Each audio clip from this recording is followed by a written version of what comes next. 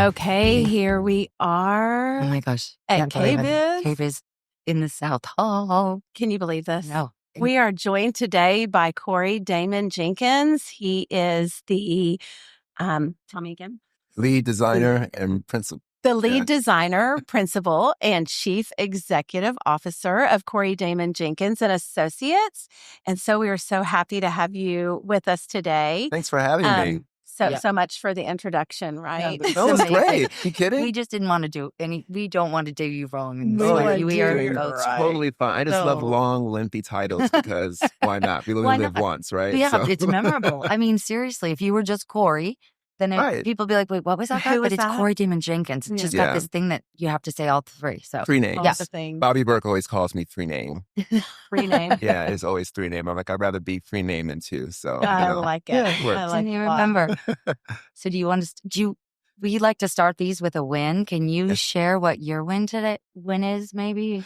So my biggest win in the last few weeks has been the adoption of our new puppy. Her name is Charlotte, and we adopted her from a rescue program. She was in a pretty rough situation with 17 other dogs, and so in a small apartment in New Jersey. So she's a beautiful Havanese / Yorkie mix, and the most docile, kind, lovable creature. I can probably count on one hand the amount of times that she's barked. And so she's just been perfect. She's already had 2 out-of-state business trips with me and my partner in the last 4 weeks, and she's handling it like a trooper. So it's been great. She's precious. We met her, and she is precious. That is so. So is this your first time? Is this your first rescue, or my have first you done rescue that before? for sure? My first rescue for sure, but my second dog.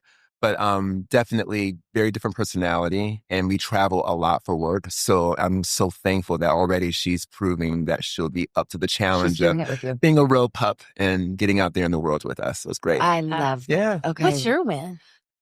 I'm looking out right now and seeing my most favorite humans. So I think my win right now is just support from our friends and family, literally in front of us right now. I can't even. Can you? And we're here doing this with him in my life. Mm-hmm.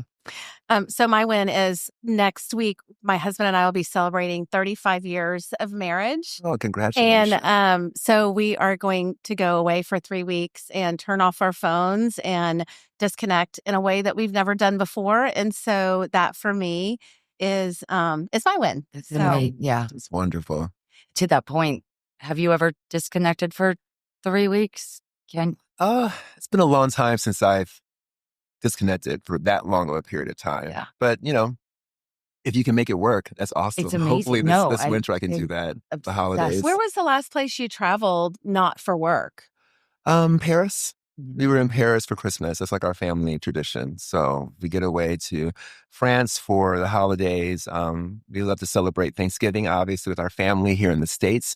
But everyone kind of does their own thing for the Christmas holidays. So we always go overseas. Okay. So that was just a few weeks ago. You go to the same place, like the same hotel and the same restaurant. We actually, we get a Airbnb and we rent out a beautiful home because we, Adam loves to cook. So we like to have a great kitchen and go to the market and get groceries and, fresh vegetables and just really enjoy the entire moment because we're there for like 3 weeks. So that was probably the last 3-week stint that I had a few weeks ago. And that's a good time in our industry to disappear, right? Yes. Mm-hmm. Clients are turned off. Yeah. They're quiet for 5 minutes. Yeah. It works. Yeah, everybody's kind of shut down. You're not checking in with people. And Paris in that time of year is beautiful because you get to bundle and wear all of your best winter gear. Yeah, and it's not usually that cold yet. Right. Now, January, it gets to become really frigid, but it's still kind of fairly mild. Yeah, so, that's so fun. Okay. So, Corey, we've got lots of questions and so many things we want to talk to you about. But what I got to listen to you about 6 years ago. You came to Houston, so thank you for gracing us with that. And you spoke about how you started. So you had talked about that journey and, the car and sort of these things. Would you take a few minutes and share some of that backstory with us? Yeah, absolutely. I'll give you the Cliff Notes That'd be version amazing. because I know time is short. But basically, I had originally began my career in interior design back in 1996. And I realized very quickly how difficult it is to sustain yourself as a designer, as a creative. And so I made a detour into the business sector, working as a purchasing agent, a buyer for the big three in Michigan, Ford, GM, and Chrysler. Because, Michigan, we make cars. So I did that for 10 years and was laid off during the Great Recession in 2007. The good thing about being a purchasing agent, you're working with big multi-million-dollar budgets. You're negotiating, you're collaborating with the tier one suppliers in that case. I almost said contractors, but tier one suppliers. But it's the same general concept. You're working with people to get the best from them to produce a product. And so that skill set was very helpful because I was able to pair that with my creative abilities as an interior designer. So I got laid off, and then I decided after a few weeks of kind of meandering through options as far as trying to apply for other jobs in the industry, I decided at that point to create my own destiny and to do an opportunity that cannot be outsourced to a different country, right? Being in complete control of my destiny. So it was easier said than done. Michigan is a very conservative, kind of laid back state. People don't really show off a lot when it comes to their wealth. And especially during a Great Recession, people are even more sensitive about showing off, buying a new house or, redecorating or things of that nature. So that the idea of trying to launch a firm for design in a Great Recession in a Midwestern state is a very tall order. Perfect. Right? Exactly. No problem. What can go wrong? What can possibly go wrong? Nothing. So I launched the website and, I waited for the phone to ring. It didn't ring at all. And after a few weeks, I realized, okay, I have to go out to the business rather than waiting for the business to come to me.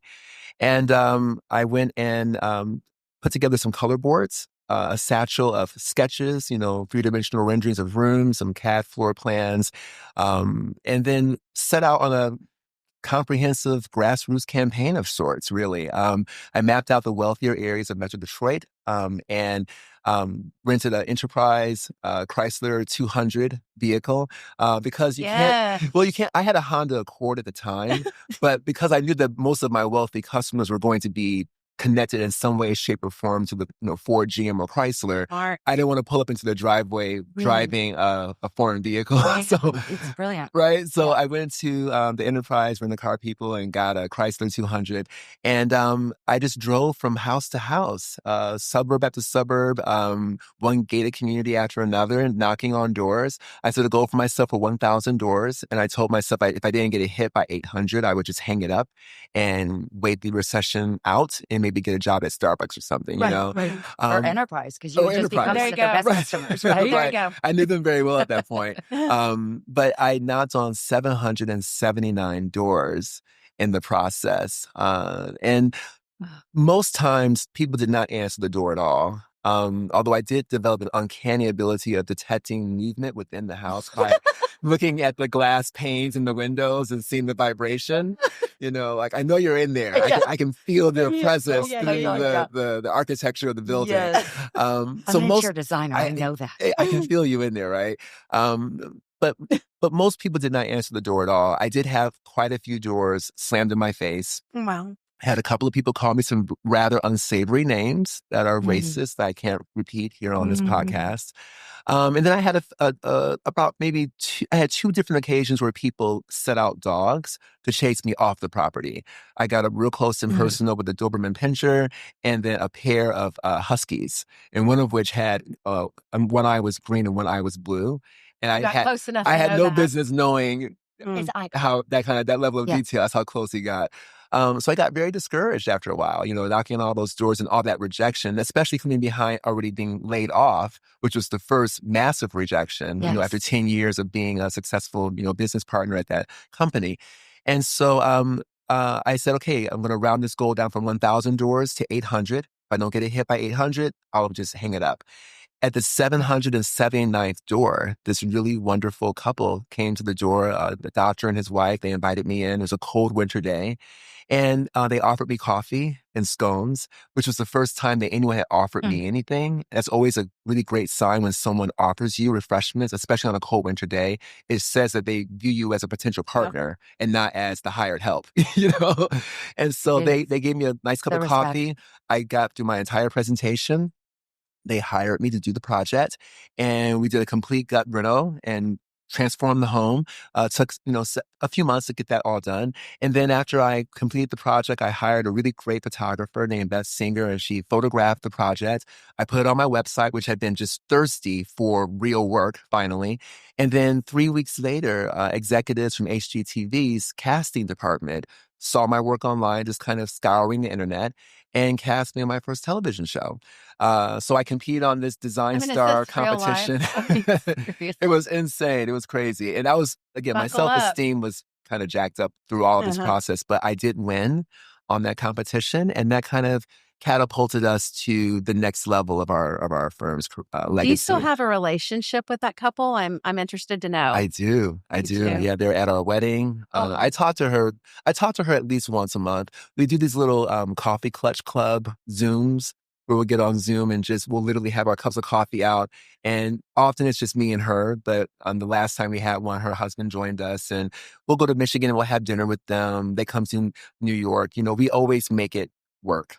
So I love that. And did they even know they needed a designer when you showed up with your fabulous satchel of goods? They did. They actually had fired their previous designer. Okay, so it was you literally knocked on the right door at the right time. 7-9. Yeah. I feel like you should have a necklace, like a tattoo, with sevens. Like that's your number. It's a magic number. Yeah, that is your number. The oddness of that number. That's beautiful. Growing up, were you surrounded by layers and layers of beautiful things that then sort of informed your maximalism design aesthetic? Yeah. Or how did that come to be?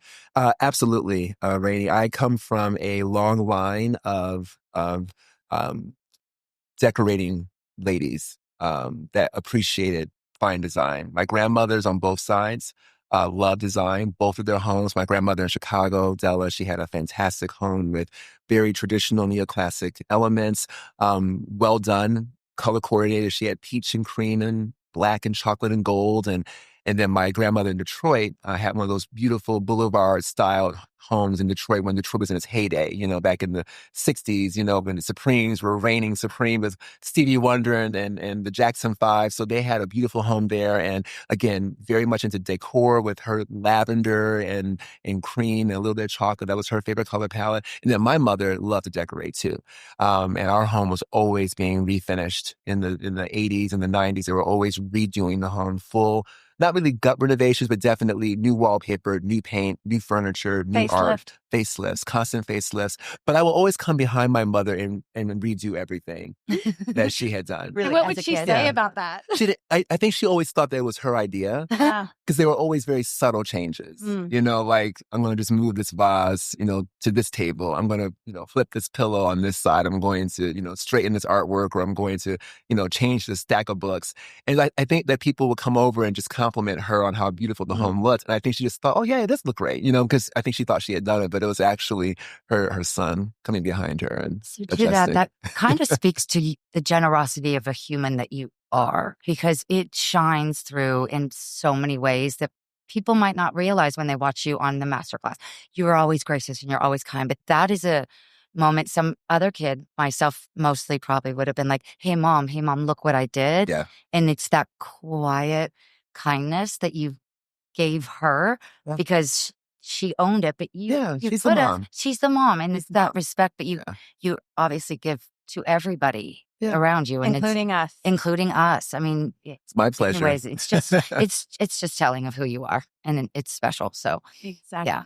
So one of the things that I remember from the phone call and the stories that I've read about you, and you touched on it, but I do have to go back and make this one point about this car that you rented. Yeah. That when you first rented it, you explained to the enterprise people that you were going to need this exact car at this exact time every week. And you could not deviate because you couldn't go roll up in these neighborhoods in a different With a different car. car. No. And if you know anything about rental car agencies, to get the same car, you're not. Yeah. Yeah. And so you had to really befriend them and trust them Yeah. that you were going to have the car, right? Yeah, I no, think that's and- such a and- great part of the story. And he was so good to me. I mean, he allowed me to even peel the Enterprise rent-a-car sticker off the glass window that's in the lower left-hand corner of the driver's side. Because I know that if I pulled up with that, That's they would it. know there was a rent-a-car. So I would peel the green, it was a green, black, and white Enterprise logo. I would pull it off and I would put it on the visor, on the mirror above my head, and just let it sit there. And then I would put it back on when I brought the car back. So I think probably after several, times of taking it off, it probably wasn't sticking on that well after a while. The stick But- stability. Yeah. But they understood. And I think because I articulated what the challenge was, and so many people were out of business at that time and were out of work and were looking for new opportunities, I think they were very sympathetic to my plight. So there are still good people out there. We may forget that sometimes when you look at the news and the world, the cruelty and the nastiness. I think by nature, most humans are good people. And so I just happened to be lucky to stumble upon a number of really great human beings back to back between the enterprise manager, my first clients. These are all things that were lining me up for success. For success. Yeah. And so with that, and how do you keep your brain in this sort of very inspired and not really seeing those other elements? Because you seem to do a really great job of taking care of that for yourself, for you and Adam. You do that for you. And so how intentional is that? How do you bring that into your daily, because you're wanted in so many capacities. So how do you manage it? I think it's important to surround yourself with good people. My staff is absolutely incredible. And when you're putting together a team, it's like casting a movie. Every actor, every actress has to have good chemistry. There has to be a good balance of introverts and extroverts. And they have to all, I think, have a measure of humility and kindness, because that's the type of person I'm trying to be. And so therefore, there's no room for egos or for toxicity. So I think that's very important. I think choosing the right clients is also a big part of it, because if you partner yourself with clients who may have toxic behavior or are unkind or abusive, and not maybe just to you as a designer, but to everyone in their orbit, that's not a good connection, because we do as empaths, at least I think a lot of designers are empaths. I agree. We absorb that negative energy, and then we become basically burdened with that damage. So I also find that saying no to the wrong, proposals, the wrong, Not a good fit. opportunities is important to keep your emotional and mental enamel in good condition, you know? Powerful. I know when we talked last week, when Casey and I were talking about interviewing you and the things that we wanted to know, we wanted to know if there was ever a time that you suffered from imposter syndrome. Yeah. And when we mentioned that, it opened up this whole thing that you Yeah. dropped in our lap, this huge surprise. So Yeah. I just kind of want to lead with that question. Sure. Is there ever a time you suffered from imposter syndrome? Yeah. And then will you share what you shared with us? Well, I think that imposter syndrome is something that most creatives at some time or another encounter. I know I've had my fair share of it. I think the worst of it was really when I was launching the firm, because I was coming at it from such a different vantage point than most designers traditionally arrive with their firms. And so there were definitely times where I didn't think I was good enough, that I wasn't, talented enough, or didn't know enough of the right people, the right connections.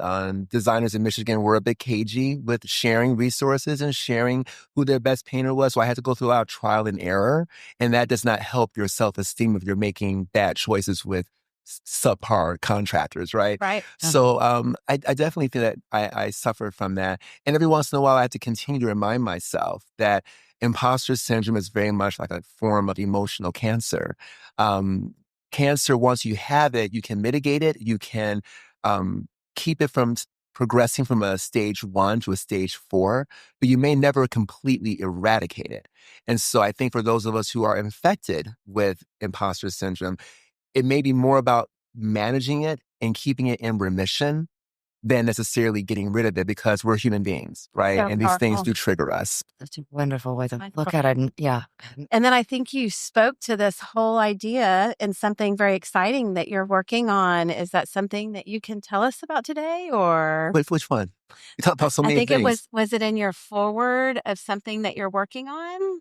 Oh, about the dedication. Yes. Mhm. Yeah, I mean, I actually said that. And I said that I wish I had brought a copy of it. I didn't memorize Oh, it. gosh. It's Copy so Copy of beautiful. what? Oh, it was like I think I said to all the design superheroes and creatives out there who are poised to take flight and are breaking through the chains of fear, doubt, and imposter syndrome. Soar high. Remember that broken crayons can still color, and that delays do not mean denial. That is. It's so beautiful. I feel I like I can't want to believe I have that on a remember I know. plaque It is. somewhere. Is it too long to have tattooed like here, here, and here? Yeah. And where's this dedication at? It's going to be in my next book. There it is. Yeah. There it is. Yeah. We finally pulled We were it like, out of him. we're here. And then we did we had a know. great prep call. I was like, we had such a great conversation. Yeah, I'm like, we what all did. did I say? I Oh, love that wasn't where you're just like, wanted you're to- just here. We just, Full disclosure, we wanted to pop popcorn Yeah. and just be on that call with you forever. yeah, we had a good time. that It was was a fun. great But so time. tell us about this new This book. new book. Oh, we're very excited about it. It's going to be launching on pre-sale next week, top of March. I think it's going to be March 5th. It's going to be available. That's what we're being told by our marketing team at Rizzoli.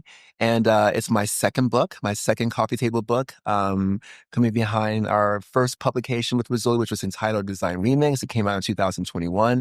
And so this book will be covering projects, 10 projects that we've produced since 2021 through 2024. And I'm excited about it. I haven't been posting a ton of new work on my Instagram because On I've been purpose. holding back Yeah. all of this new Beautiful. work. But yeah, we have about 276 pages, which will be much bigger than the first book of fresh new work. So we're excited And you about had that. how many images that you looked through for this one? I mean, we had a few hundred. We had a few hundred images. Because our photographer, Andrew, he's so thorough. He just gets every detail, every nuance, every vignette. But when you're consolidating all that into one book, Right. you have to make some tough choices. Right. And so a lot ended up on the cutting room floor. So you'll probably see those images on social media Okay. and maybe on the website. But in the book, we just chose our top 20 images for each chapter. And what's the kind of between when and when were these projects completed and when, what's that? The earliest project was completed in 2021, Okay. in September of 21. And the most recent was installed in summer of 24. Wow. Okay. So it's very recent. So you've been holding some of these Yeah. though for a very long time. Yeah. Was that the anticipation of knowing this was going to be your next book? Yeah, we signed the deal with Rizzoli about 2 years ago. Okay. So we knew this was coming, and there's just a matter of kind of planning things out with the photo shoots and all the things that we've been developing with these projects. And we've had just some incredible clients that have been so hospitable in opening their homes to us and letting us come in and share their world. So I just can't wait for the people out there to see it. It's a much bigger book as far as it's longer. It's about 30 or 40 pages longer than the first book. It's also a bigger trim as far as the size of the book. And it's just going to be hopefully a nice sequel to the first album, if you will. And so that goes on sale on March 5th. March and 5th, then that on will- pre-sale. Yep. pre-sale. So then that will be out in September. September. 9th. Casey and I are like, we want to buy We- 10 copies Well, we had talked and about give them away. Oh, that'd that's be what we're going to awesome. do. So if you, anyways, if we can, I can autograph this. Well, that's it. We were gonna So ask that. so Yeah. people who watch or see this and then Yeah. they, tag everybody I'd in, and then Be we'll, honored. the first 10 that do I that, love we're going to, that.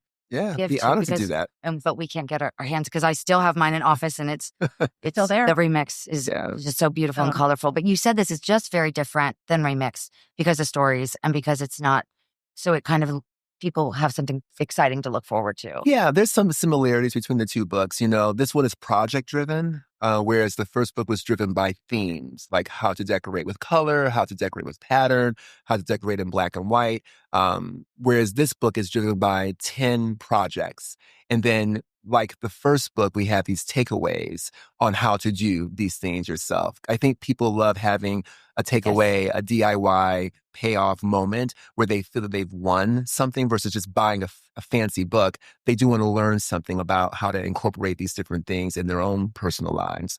So the book will have a ton of great tips. I think we have 5 takeaway sections of designer tips Can't wait. that they can apply in their home. Valuable coming from you for sure.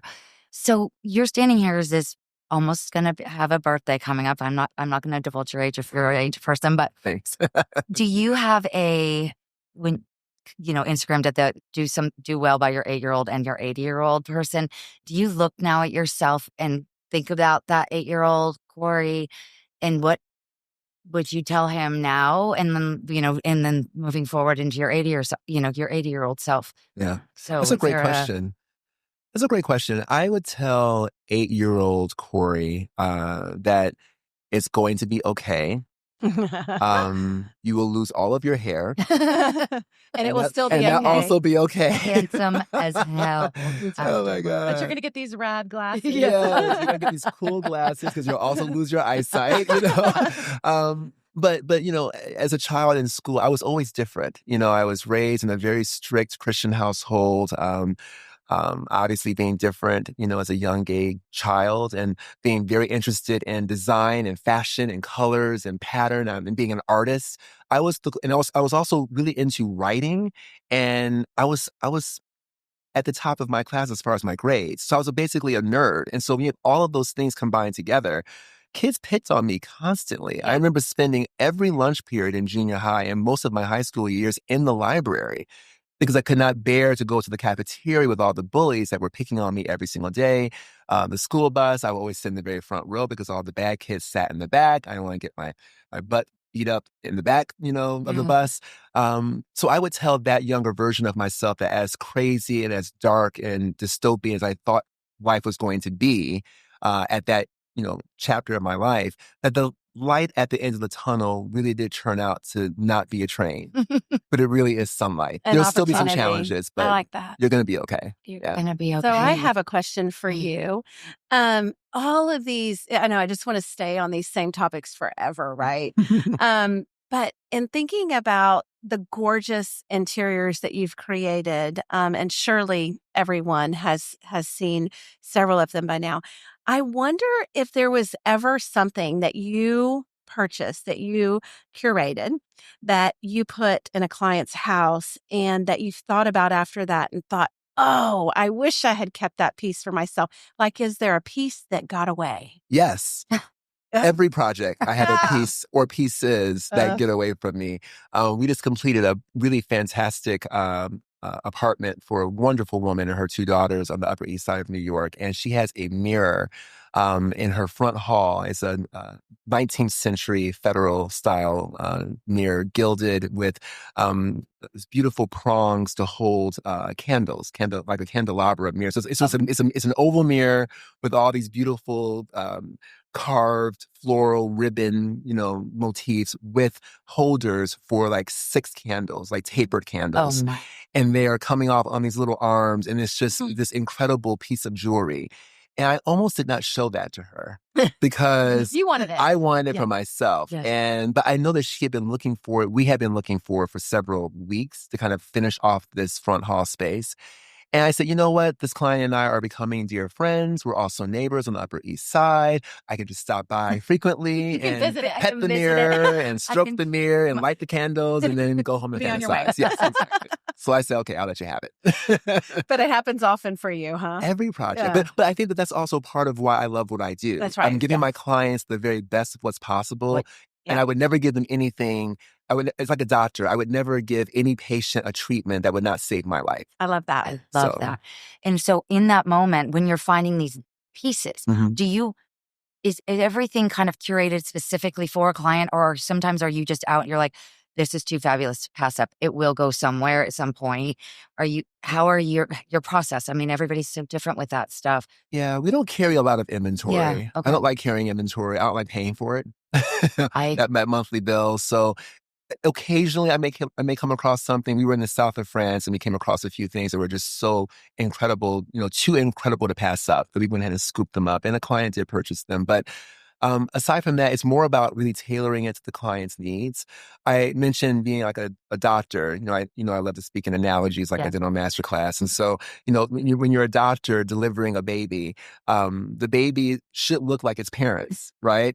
And so the home should resemble the client's style, because it is going home with you. It's not coming home with me. This is your house, how your investment's being used to articulate the interiors of the space. So I really try to, make it very bespoke and very tailored to fit their personalities.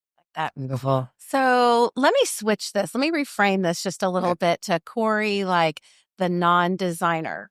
So it's Saturday morning and you're at home. Mm-hmm. And what is it that you're doing? What does Corey do on his downtime? Sleep.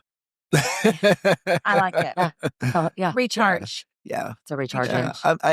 I love I love our home in New York City. I don't get to spend as much time there as I would like, because I travel extensively. We're always on a train, plane, or in an automobile going somewhere. And I'm very grateful that our clients and our partners are bringing us literally around the world for different things. And that Adam gets to join you, yes, right? Yeah, that's amazing. That's wonderful. Yeah, he's our director of business and marketing. And now Charlotte will be coming along too. Uh-huh. Exactly. So there'll be three of us.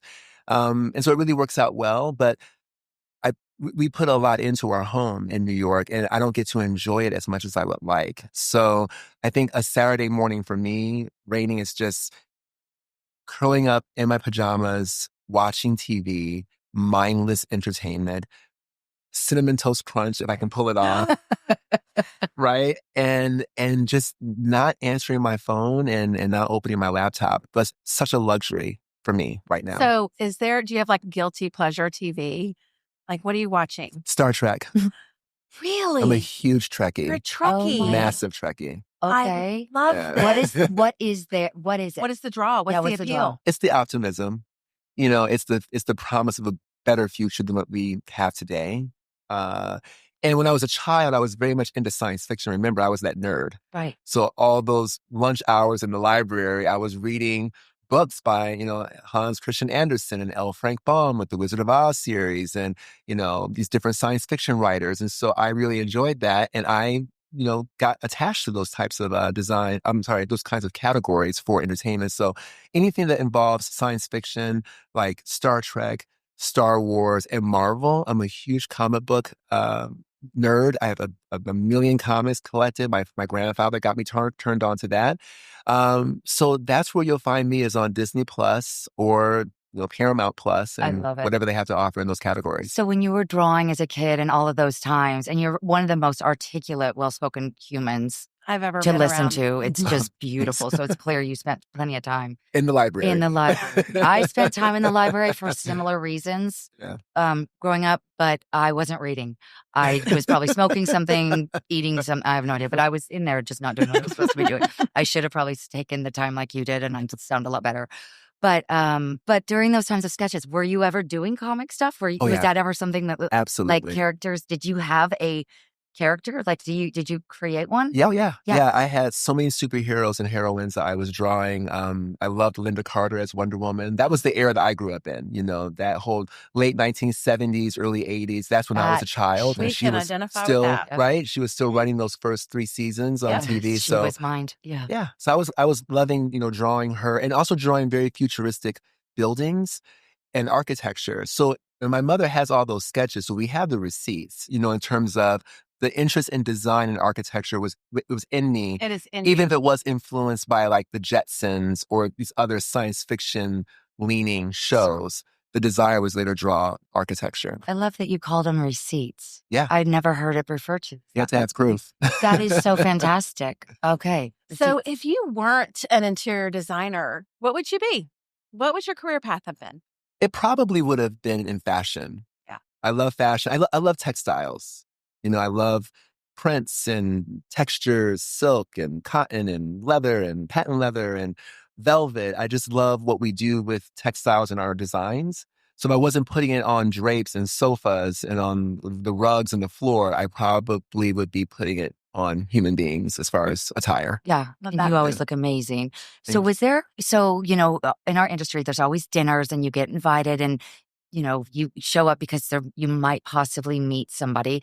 So do you remember when you kind of went from being that awestruck person at the table to being the person that everybody was awestruck to be with? Because there was a switch, right? Yeah. And do you remember when that sort of switched? Yeah, I think I mean, it's been a few years probably, but I remember when I went to a dinner that was hosted by one of our favorite magazine editors, and I was seated with a number of up and coming designers who had a lot of questions for me, having seen me on Masterclass and on television on Rachel Ray, whatever they saw me on, and I'm answering all these questions, and they're all eating their dinner, and by the time the first few courses were wrapping up, my plate was still full because I had been talking the whole time because there were so many great questions. And so I think at that point, I realized they were looking at me as more of like a mentor than as their peer. But for dinner, I'd rather be the peer. I want to eat my meal. I want to get my meal in. Yeah, that's good. So if I called your best friend and I said, tell me something interesting about Corey that nobody knows, like a really interesting fact about him. What would your closest friend say, do you think? That Corey's an introvert. Oh. That he's an introverted individual. That what you see on TV and in the press and, like I said, Masterclass, that is my job. That's what I do for my career, that public facing servant support expert thing. But in real life, I'm much more shy. Yeah. Interesting. That is way more private. Okay. Which is really not a good fit for what I do, but it works. It's working. It seems to be paying off pretty well. Yeah. So let's not change that at all. But what did it take you to have to get to the place where you stood in those spaces confidently talking all the time? Does it help that it kind of on your masterclass, it is just you. Right. So you're not having to entertain necessarily her and I person. Sure. Yeah. So does that help? Was that sort of that stage that you could go into confident and then leave because it was still sort of a solo mission? Yeah, I mean, I like I mentioned earlier, when I first launched the firm, there were so many designers in Michigan that were cagey with their information and reluctant. Like they were like gatekeeping. Do you know trying what to I keep call me it? out of it. What? I call it pissing on the fire hydrant. Yeah. It's like, this is mine. You can't have this. Like marking your territory. And it's so unattractive. Yeah. It's horrible. And I just told myself, okay, this is making me feel very, very, it was very condescending. I felt less than. And I promised myself if I'm ever in a position where I can help designers, I will break this cycle and I will be a mentor. I will be someone that will help others because I know what it feels like to be shut outside the gate. So I think that probably is what kind of guides my principles with this. I do it when I need to for the cameras to help others because I think we all deserve to have a support system. And then when I'm done, I'm out, and yes, I go back and recharge. Exactly. Yeah. You've given that to people. But I think that, again, speaks to who you are. And as much as it's pains me to know that little 8-year-old boy, what that must have been like, because anyways, what that built to be the man you are so that your kindness exudes through all of it, because you could very well have gotten to this place where you're at and sort of let that little boy go in a way that you grew into like a bigger, because you are phenomenal in every way and you're famous. And so you've just kept who you are. That must, your family must just be so eat proud. You up. Well, here's the thing. The Greek word for humility is humus, Hummus, with an accent mark over it. And when you translate that to English, it means dirt or dirt-like. So I always believe in keeping your head to the ground, staying grounded, staying humble. If you keep yourself grounded, if you do happen to trip and fall, you don't have too far to land. Gravity sucks you down a lot harder with a much more devastating splat when you elevate yourself above others to a point where it's like haughty or condescending. So just stay grounded. Stay grounded. I have to say, in our experience with you and your entire team, Casey and I have talked about this, the kindness and the graciousness. And I will also share that one of the takeaways that Casey and I had from our phone call with you was that you said, I know you've just started your podcast. I know this is a new voice in our industry. And because of that, I want to be part of it because you fully acknowledge that bringing your brand and aligning that with ours for this hour is a shifting. It only it's a helps game us. changer for us. Yeah. Yeah, absolutely. Plus, we love you. We're huge fans. And so your brand and the kindness has meant the world to us. And so thank you. No, thank you. It's my Gorgeous. great honor. It's such a pleasure. And I'm so proud of what you guys are embarking on. It's very different. It's a very different type of podcast. I'm very selective and picky. My staff will tell you I say no a lot more than I say yes these days because time is just very limited. But what you guys are looking to achieve with your podcast is a very different and very fresh take that I think the industry and even those beyond the industry, I think will really benefit from. So it was easy to say yes. Well, thank you. Of course. We love you to pieces. Thank you. Feel so lucky. So good. Thank you. Thanks for having me.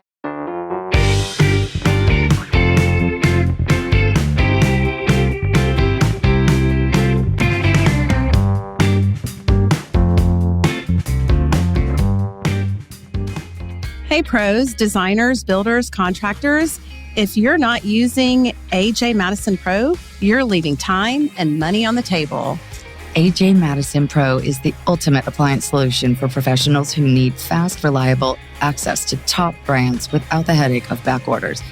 Thanks to the in-stock promise, you get the products you need ready to ship immediately, so your projects stay on track. With nationwide shipping and delivery, AJ Madison's massive logistics network ensures your appliances arrive exactly when and where you need them. No delays, no surprises. And with over 150 top brands, this is your one-stop shop for all things appliances.